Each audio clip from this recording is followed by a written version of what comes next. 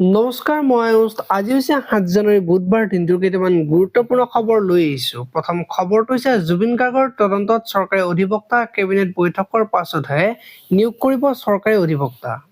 অধিবক্তাই জনালেহে বিশেষ আদালত গঠনৰ আবেদন জনাব চৰকাৰে। চৰকাৰী অধিবক্তাৰ পৰামৰ্শ মতে আগবাঢ়িব চৰকাৰ, এই কথা মন্তব্য কৰিলে মুখ্যমন্ত্ৰী ডক্টৰ হিমন্ত বিশ্ব শৰ্মাই। পৰৱৰ্তী খবৰটো হৈছে প্ৰিয়ংকা গান্ধী অসমলৈ আহি নতুনকৈ কি কৰিব নাজানো। আগতেও বহুবাৰ প্ৰিয়ংকা গান্ধী আহিছে, একো নহল। আগতে আহি চাহপাত ছিঙিছে, একো নহল। এইবাৰ আহি কি নতুন কৰিব নাজানো, এই কথা মন্তব্য কৰিলে মুখ্যমন্ত্ৰী ডক্টৰ হিমন্ত বিশ্ব শৰ্মাই। পৰৱৰ্তী খবৰটো হৈছে ৩৮ গৰাকী বিদ্যালয়ৰ প্ৰধান শিক্ষকলৈ কাৰণ দৰ্শোৱাৰ জাননী। কামৰূপ মেট্ৰ জিলাৰ ৩৮ গৰাকী বিদ্যালয়ৰ প্ৰধান শিক্ষকলৈ জাননী। বিভাগীয় নিৰ্দেশনা অমান্য কৰাৰ বাবে চৌকছ জাৰি। কামৰূপ মহানগৰ জিলাৰ IS দীপিকা চৌধুৰী ৮ জানুৱাৰীৰ ভিতৰত লিখিতভাৱে দিব লাগিব উত্তৰ। পৰৱৰ্তী খবৰটো হৈছে অগপৰ লগত বিজেপিৰ সমস্যা নাই, আসন বুজাবুজিৰ বাবে সমস্যা নাই অগপৰ সৈতে। বোকাখাত সমষ্টিত মন্ত্ৰী অতুল বৰাই প্ৰতিদ্বন্দ্বিতা কৰিব বোকাখাতত, এই মন্তব্য মুখ্যমন্ত্ৰী ডক্টৰ হিমন্ত বিশ্ব শৰ্মাৰ। পৰৱৰ্তী খবৰটো হৈছে অখিল গগৈ এজন ভাল এণ্টাৰটেইনাৰ, মন বেয়া লাগিলে চাওক অখিল গগৈৰ ফেচবুক লাইভ। সংবাদমেল অখিল গগৈৰ কথাত কোনেও কতো গুৰুত্ব নিদিয়ে, চিৰিয়াছ কথাৰ বাবে নহয়। এণ্টাৰটেইনাৰহে অখিল গগৈৰ সন্দৰ্ভত এই মন্তব্য মুখ্যমন্ত্ৰীৰ। পৰৱৰ্তী খবৰটো হৈছে ৪৫% বৃদ্ধি ৰাজ্যৰ বিকাশৰ হাৰ। ৫ বছৰত ৪৫% বৃদ্ধি ৰাজ্যৰ বিকাশৰ হাৰ। ৰাজ্যত বাঢ়িছে পৰ্যটন, ঔদ্যোগিকৰণৰ পৰিৱেশ আহিছে। ১০ বছৰলৈ বিকাশৰ ধাৰা এনেদৰে অব্যাহত থাকিব লাগিব। তেতিয়া শীৰ্ষ দৰ্শন ৰাজ্যৰ ভিতৰত স্থান লাভ কৰিব পাৰে অসমে। আইন শৃংখলা পৰিৱেশ ভাল হোৱাৰ বাবে বাঢ়িছে বিনিয়োগ, এই কথা মন্তব্য কৰিলে মুখ্যমন্ত্ৰী ডক্টৰ হিমন্ত বিশ্ব শৰ্মাই। পৰৱৰ্তী খবৰটো হৈছে কোনে কোনে লাভ কৰিব বাবু আঁচনিৰ সুবিধা। স্নাতকোত্তৰ প্ৰথম বৰ্ষৰ নিয়মীয়া ছাত্ৰ হ'ব লাগিব। শিক্ষাৰ্থীৰ পৰিয়াল অসমৰ স্থায়ী বাসিন্দা হ'ব লাগিব। পৰিয়ালৰ বাৰ্ষিক আয় ৪ লাখতকৈ অধিক হ'ব নোৱাৰিব। বিবাহিত ছাত্ৰই সুবিধা লাভ নকৰিব এই আঁচনিৰ। বাণীকান্ত কাকতি মেধা বঁটা পোৱা সকলে নাপাব এই আঁচনি। জীৱন প্ৰেৰণা আঁচনি লাভ কৰা সকলেও নাপাব এই আঁচনি।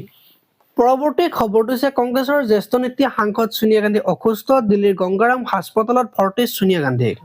চিকিৎসকৰ তত্বাৱধানত আছে ছোনিয়া গান্ধী। সোমবাৰে বিয়লি ভাগত গান্ধীক ভৰ্তি কৰোৱাই চিকিৎসালয়ত। পৰৱৰ্তী খবৰটো হৈছে মুখ্যমন্ত্ৰীৰ নিযুত বাবু আঁচনিৰ বাবে নিৰ্দেশনা জাৰি। শিক্ষা বিভাগৰ স্নাতকৰ ছাত্ৰই বছৰে লাভ কৰিব ১০,০০০কৈ টকা। স্নাতকোত্তৰ ছাত্ৰই লাভ কৰিব বছৰে ২০,০০০কৈ টকা। সমৰ্থ পৰ্টেল যোগে আবেদন কৰিব লাগিব এই আঁচনিৰ বাবে। শিক্ষামন্ত্ৰী ডক্টৰ অনুজ পেগুৱে সামাজিক মাধ্যমত জনালে এই কথা। পৰৱৰ্তী খবৰটো হৈছে ৰাজ্যত ভোটাৰ তালিকাৰ বিশেষ পুনৰীক্ষণ। হাজাৰ হাজাৰ ভোটাৰলৈ জাননী নিৰ্বাচনী বিষয়াৰ।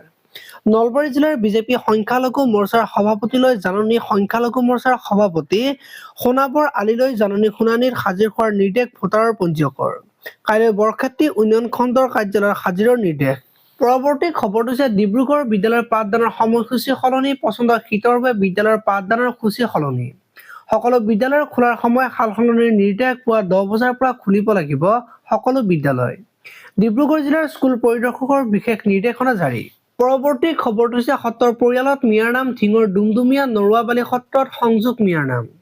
বালি সত্ৰৰ ডেকা সত্ৰীয়া যাদৱ চন্দ্ৰ দেৱৰ গোস্বামীৰ পৰিয়ালত সোমাল মিয়াৰ নাম। নাম সোমাল ৫৫ নং ধিং সমষ্টিৰ ২০২৫ৰ সংশোধিত খচৰাত। পৰৱৰ্তী খবৰটো হৈছে চীনক অতিক্ৰম কৰি বিশ্বৰ সৰ্ববৃহৎ ধান উৎপাদনকাৰী দেশ হিচাপে আত্মপ্ৰকাশ ভাৰতৰ। বৰ্তমান ভাৰতৰ ধানৰ উৎপাদনৰ পৰিমাণ বছৰি ১৫০.১৮ মিলিয়ন টনৰ বিপৰীতে চীনৰ ধানৰ উৎপাদন ১৪৫.২৮ মিলিয়ন টন।